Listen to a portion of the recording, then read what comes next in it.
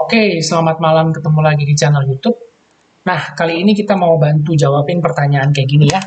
Ini jadi tadi ada yang komen ya di salah satu postingan atau video YouTube yang sebelumnya saya buat, yaitu di video sebelumnya itu saya bahas antara si Canon MG2570S atau printer HP ya. Nah, tapi kali ini teman kita ini dia pakai si Canon MG2570S. Nah, dia di sini kasih tahu nih, kalau dia sudah pakai printer ini, untuk pakai printer ini secara rutin, itu pasti sangat boros. Betul sekali, karena memang printer ini, si Canon MG2570, ini bukan versi cartridge tinta hemat. Jadi dia pakai cartridge, tapi cartridge-nya juga mahal dan boros. Ya, di sini juga udah dikasih tahu, kalau cartridge-nya itu sangat boros. Cetak 20 lembar, kertas, maksudnya dia cetak 20 lembar, ya tintanya udah habis. Nah, jadi ini ini 20 lembar, ini mungkin gambar nih. Ya, mungkin cetakannya gambar. Kalau cetak teks atau tulisan, harusnya sih bisa lebih ya. Mungkin dapatlah 100 sampai 200 lembar. Tapi kalau cetaknya itu mungkin stiker, atau logo, atau gambar, atau ada blok-blok warna, ya otomatis 20 lembar sampai 30 lembar pasti habis ya. Nah, udah gitu beli cartridge-nya mahal ya, karena teman kita ini juga udah kasih tahu beli cartridge-nya mahal.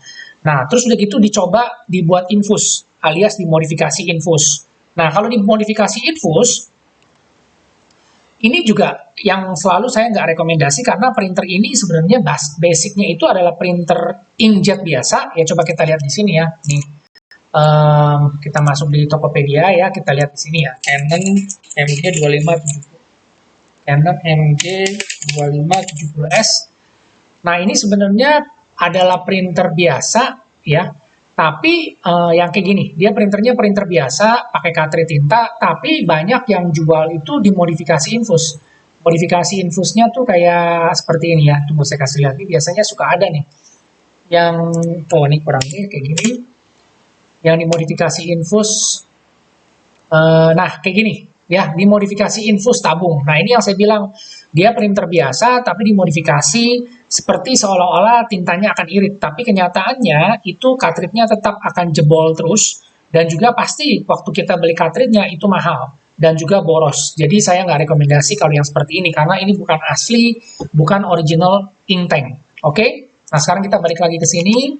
Nah, jadi sekarang ini kebutuhannya memang printer ini rencananya memang dipakai buat cetak warna ya.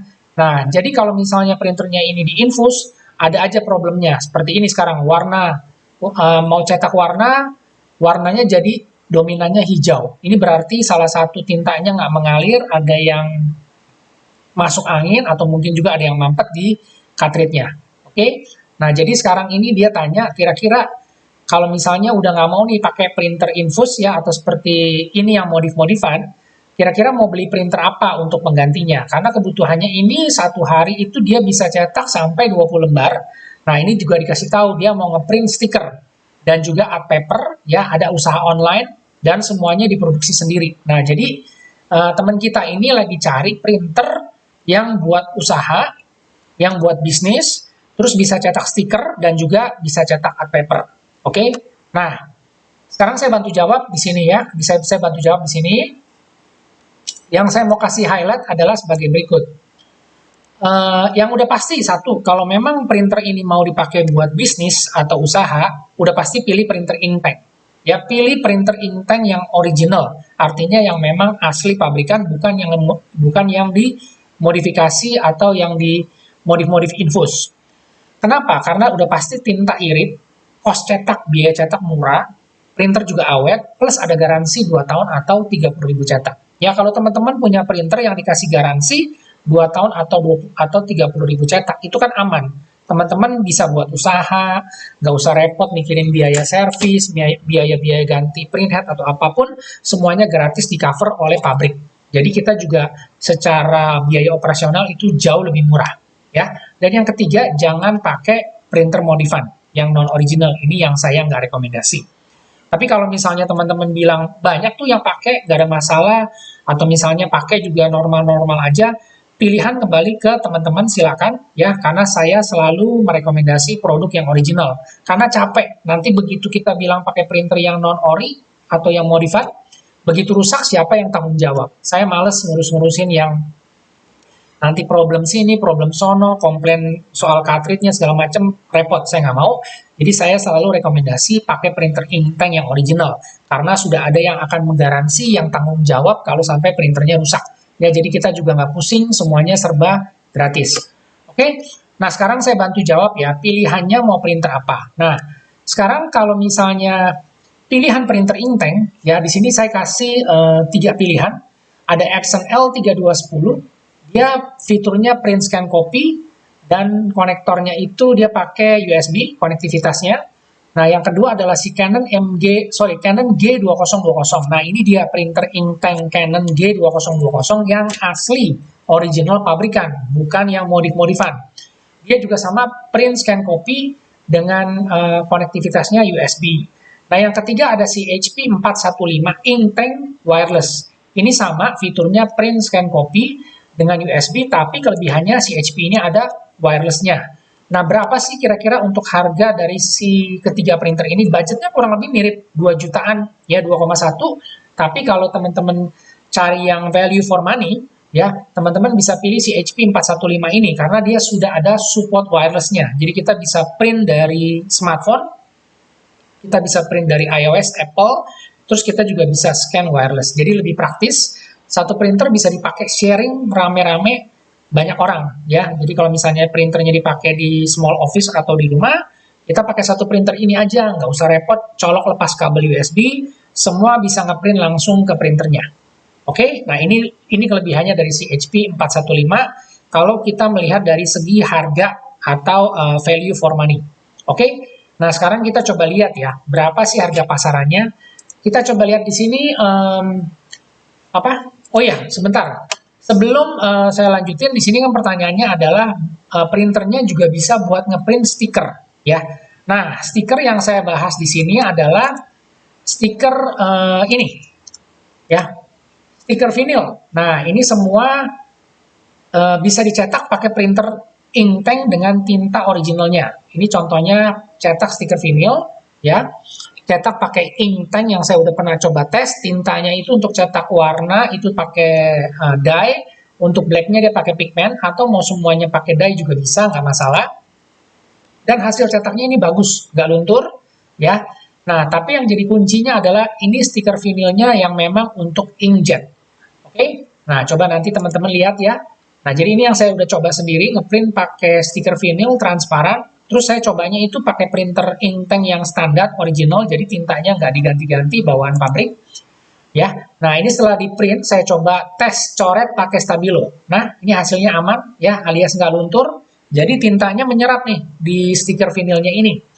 Nah, terus kita lihat lagi. Nah, ini kalau dibuka stikernya ini seperti ini. Jadi dia modelnya transparan. Nah, terus saya cetak lagi nih. Ini karena printernya ukuran A4, saya cetak gambar peta. Jadi pakai stiker transparan ini juga, stiker vinil, hasilnya juga bagus. Ya. Nah, pertanyaannya, apakah stiker ini tahan air, waterproof? Ini kalau dialirin pakai air dari keran dan sengaja dikasih air yang deras, ini memang tinta hitamnya atau tintanya ini nggak dibilang nggak luntur, ya, tetap ada luntur sedikit, tapi nggak luntur langsung tintanya globor gitu, nggak. Jadi saya perhatiin ini kertas stikernya ini coatingnya lumayan bagus, ya. Jadi dia luntur tapi nggak langsung buyar. Jadi tintanya masih cukup menyerap dengan bagus nih, ya. Jadi baru kali ini saya ketemu stiker transparan yang kayak gini dan bisa dicetak pakai tinta ori. Nah, ini dia yang kemarin saya pernah beli karena dikasih tahu juga di grup. Stiker vinyl inkjet transparan A4. Jadi kalau teman-teman punya printer inkjet yang sekarang teman-teman pakai, mau coba ngetes, coba aja beli kertasnya, terus coba tes print sendiri. Dan yang pasti waktu tes ngeprint itu pilihan paper tabnya jangan lupa diganti ke other photo paper atau other glossy, jangan pakai yang plain paper, ya, karena nanti kalau misalnya pakai plain paper hasilnya nggak cocok atau kurang bagus, ya. Ini yang untuk stiker vinyl. Nah, terus satu lagi, ini saya juga cetak stiker matte atau stiker glossy. Ini pakai kertasnya mereknya Great Star, ya. Ini saya juga cetak pakai printer Inktank dengan tinta yang original semua, jadi bukan diganti-ganti, ya. Hasilnya juga bagus, ya. Jadi ini saya cetak beberapa contoh gambar-gambar kayak seperti color proofing, ya.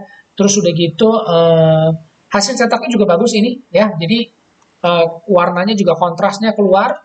Terus kalau teman-teman nanti lihat di belakang sana, ini saya bikin kayak apa namanya, label nih, label buku anak sekolah. Ini bentuknya stiker. Ini bisa dipotong-potong. Ini stiker nih, ya. Ini stiker. Nah, terus di belakang juga ada tulisan fragile, macam-macam. Ini semua media kertasnya pakai yang tadi, yang stiker glossy dan stiker matte. Tergantung selera aja sukanya yang mana. Oke? Nah, itu aja yang saya mau share, ya. Jadi bisa semua kita ngeprint pakai tinta original. Nah, cuma untuk art paper memang tidak bisa. Untuk art paper ini memang tidak bisa karena memang art paper ini jenis tintanya berbeda sendiri, dia lebih kental. Jadi kalau misalnya diisi ke printer HP atau Canon itu tidak bisa, alias menyumbat. Tapi kalau misalnya teman-teman mau pakai kertas art paper itu sebenarnya yang cocok pakai printer laser, ya. Tapi kalau mau dipaksain, ya teman-teman bisa juga nih pakai yang namanya si printer Epson L3210 atau tipe L series yang apapun, tapi teman-teman harus ganti tinta. Artinya kalau ganti tinta, garansinya void atau batal. Nah, itu jadi masalah nggak? Ya, jadi balik lagi, kalau memang kerjaannya, jobnya nggak terlalu banyak nyetak art paper, mungkin bisa dilempar atau di outsource ke di tempat lain yang punya mesin laser atau punya digital printing. Jadi kita nggak perlu punya printer khusus untuk cetak art paper ini. Ya, jadi kembali lagi kebutuhan ke masing-masing. Oke, nah sekarang kita balik lagi ke harga, ya. Kita coba lihat nih, si Epson L3210 ini update tanggal 4 Maret 2022. Ini harganya 2.200.000, 2,3, oke. Untuk si Epson L3210 fiturnya cuma print, scan, copy, USB. Nah, terus yang si Canon G2020 ini juga sama, harganya sekitar 2 juta sampai 2,1. Fiturnya sama, print, scan, copy, USB. Nah, kalau si HP 415 Intank ini harganya juga sama 2,1, tapi dia ada punya kelebihan, bisa wireless, ya. Jadi bisa wireless. Oke, nah itu yang saya mau sampaikan. Jadi di video ini kita selalu ngasih tahu tipe-tipe printer yang value for money, yang harganya lebih terjangkau. Jadi teman-teman punya pilihan lebih banyak dan semua kembali ke pilihan masing-masing. Ada orang yang suka merek A, ada yang suka merek B, atau yang netral, silakan, ya.